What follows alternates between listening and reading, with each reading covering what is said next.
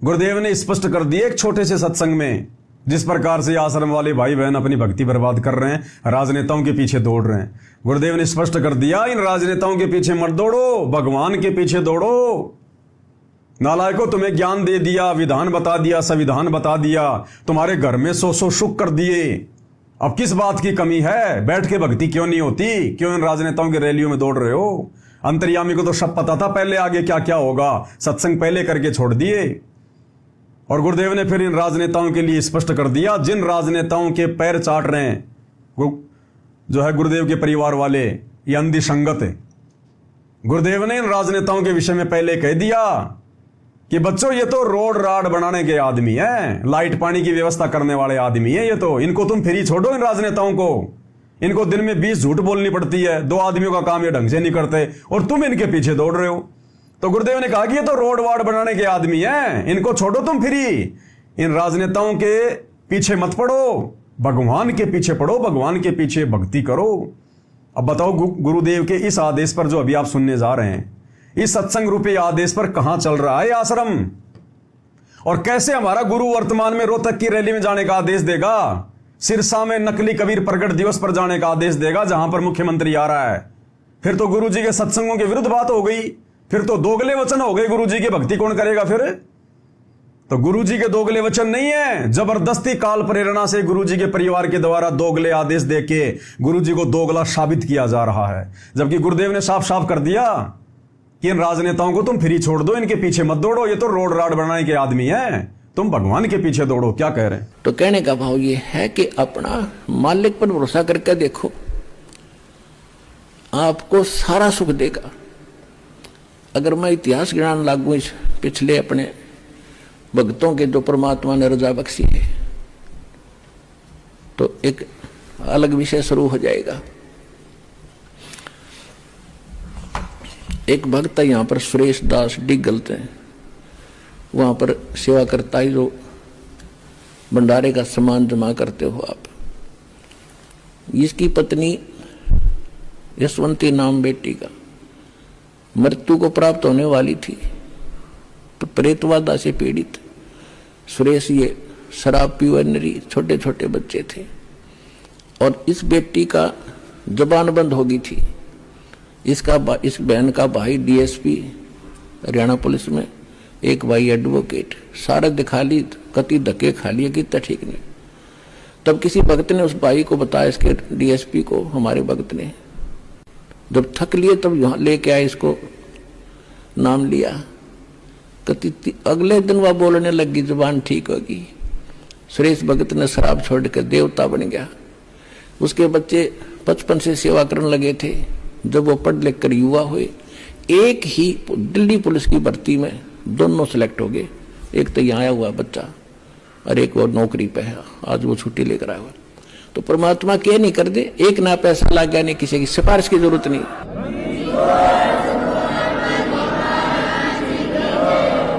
ऐसे ऐसे 1000 प्रमाण मैंने लिख रखे हैं जो हमारे भक्तों को परमात्मा दिया, और किसी से एक ना पैसे कहने की जरूरत पड़ी नहीं, किसी का रिक्वेस्ट करने की आवश्यकता नहीं पड़ी नेता और अभिनेता इन मंत्रियों को।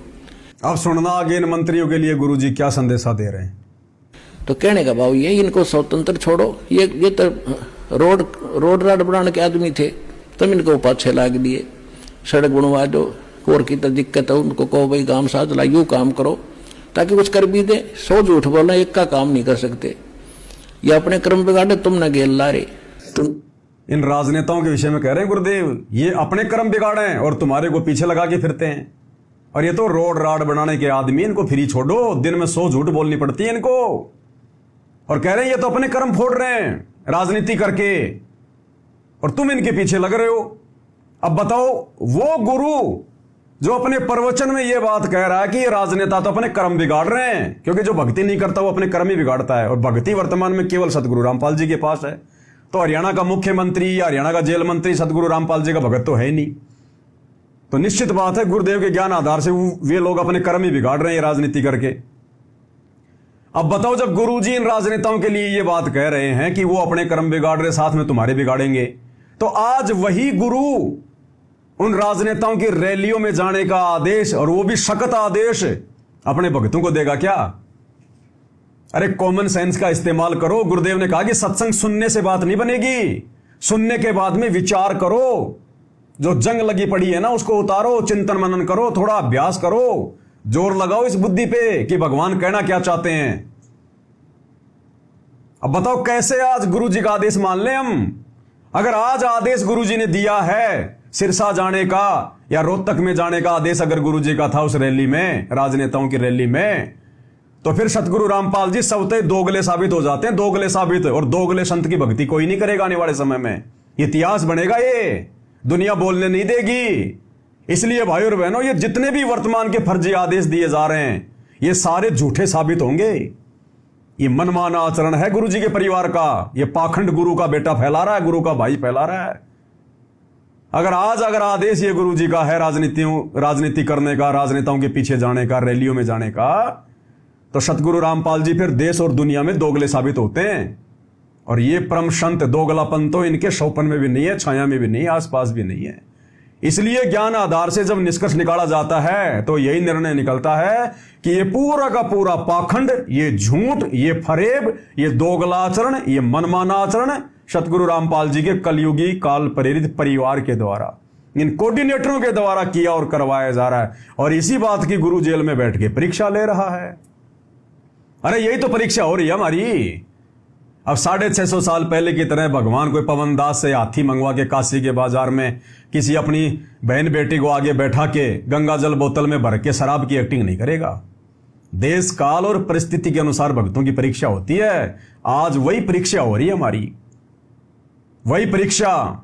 जैसे उस समय दिमाग नहीं लगाया, आज भी नहीं लगा पा रही, आज भी नहीं लगा पा रही संगत। लेकिन भाई कलयुग की बिचली पीढ़ी है, परमात्मा ने कुछ एक आत्माओं से लगवा दिया दिमाग लगवा दिया, तभी तो लाइव आकर तुम्हें संदेशा दे रहे हैं, तभी तो सत्सेवक भाई बहन तुम मूर्खों को समझाते हैं कि नालायकों, एक गुरु एक ज्ञान, फिर हमारी रहनी करनी में, हमारे सोच विचार में इतना अंतर क्यों? अपनी खोपड़ी में जो जंग लग रही है उसको उतारो। क्या कह रहे हैं गुरुदेव? तो मुझ दास की प्रार्थना है, भगवान विश्वास करके देखो, और कैसे ठाठ करेगा।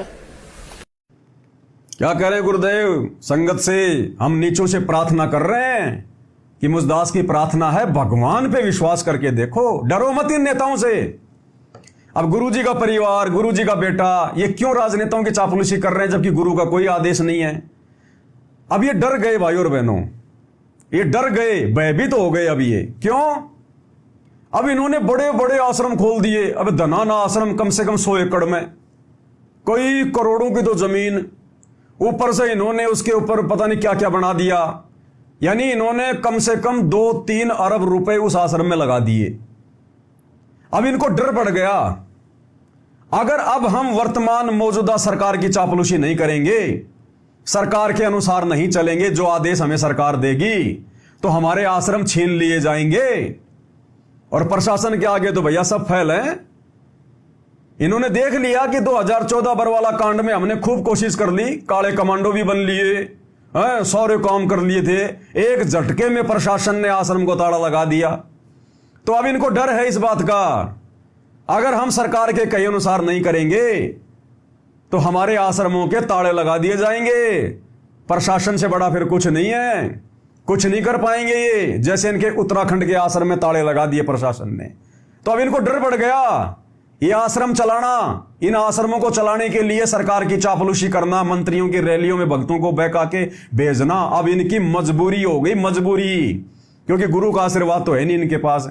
गुरु का आशीर्वाद तो तब मिले जब ये मर्यादा में रह के भक्ति करें। गुरु पे विश्वास तो तब होगा ना। तो गुरु पे कोई विश्वास है नहीं, मर्यादा इनकी बिल्कुल खंड भंड। पता नहीं कितने पंचर कर लिए इन्होंने, कितने पंचर कर लिए 2014 के बाद मर्यादा तोड़ तोड़ के। अब पंचर निकालने वाला भी सोच में पड़ गया कि क्या निकालूं और क्या बंद करूं। ये तो टू भी चेंज करनी पड़ेगी, ये तो नया जन्म ही देना पड़ेगा, ये जन्म तो बर्बाद कर लिया। इसलिए इनको विश्वास नहीं है गुरु जी पर, क्योंकि ये लोग गुरु को मानुष मानते हैं।